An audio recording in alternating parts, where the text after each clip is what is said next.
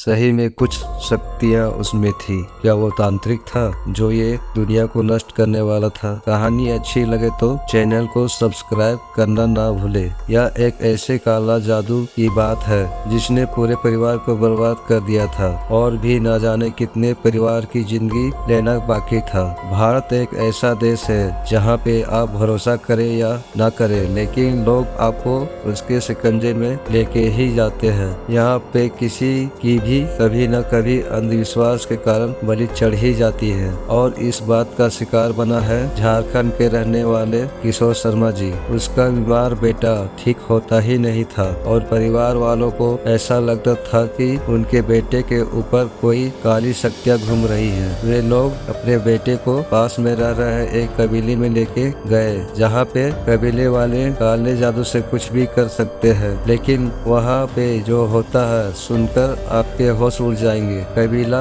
के सरदार का नाम जगूरा था। वहाँ पे उनके गुर्गों ने ऐसे काले जादू की जाल बिछाई थी जहाँ पे किशोर शर्मा, उनकी पत्नी और उनका 8 साल का बेटा उसमें से बाहर ही नहीं आ पाए। किशोर शर्मा अभी तो अपने बेटे को लेके कबीले में पहुंचा ही था कि वहाँ पे हाजिर सभी ने किशोर शर्मा को तांत्रिक कह के उसको घेर लिया। उनका कहना ये था कि किशोर शर्मा एक बहुत बड़ा तांत्रिक है और उसका मृत्यु संसार के लिए बहुत ही आवश्यक है। जगूरा ने अपने कबीले के आदमियों को आदेश दिया कि वो किशोर शर्मा को मार दे। वो लोगों ने किशोर शर्मा को घेर लिया और उनके आसपास नाचने लगे। किसी के हाथ में त्रिशूल था तो किसी के हाथ में तेज धार वाली तलवार। उसमें से एक आदमी सामने आया और किशोर शर्मा के हाथ काट दिए। किशोर शर्मा बहुत चीखा, प्रार्थना किया। किशोर शर्मा कहता रहा कि मैं तांत्रिक नहीं हूँ, लेकिन उसकी चीखे उन लोगों के गाने में और हंसने में दब गई। किशोर शर्मा को तांत्रिक कहने के बाद जगूरा ने अपने लोगों से ऐसा कहा कि इसकी सारी शक्तियाँ उसके हाथ में है, इसलिए कुछ भी समझे बिना किशोर शर्मा के हाथ काट दिए। उसके बाद किशोर शर्मा कभी भी किसी पर हावी ना हो, उनकी सारी शक्तियाँ भस्म हो जाए, इसलिए वे दोस्तों ने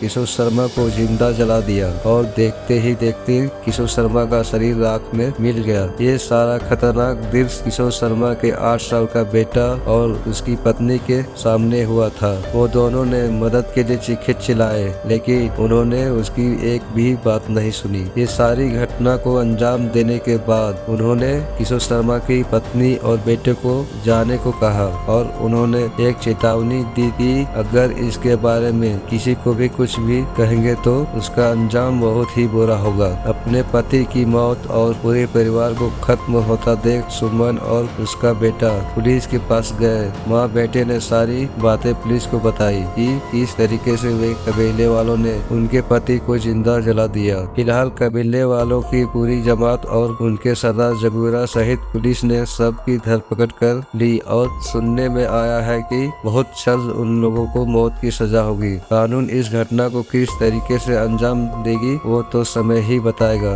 लेकिन इस घटना ने एक बहुत ही बड़ा सवाल खड़ा कर दिया है कि क्या सही में भारत में काला जादू होता है, और अगर होता भी है तो किस कारण से होता है। ऐसे ही हर रोज कोई निर्दोष की बलि चढ़ेगी। बहुत सारे सवाल है, लेकिन जवाब ढूंढना बहुत ही मुश्किल है। अगर आपको जवाब मालूम है तो कमेंट करके जरूर बताएं।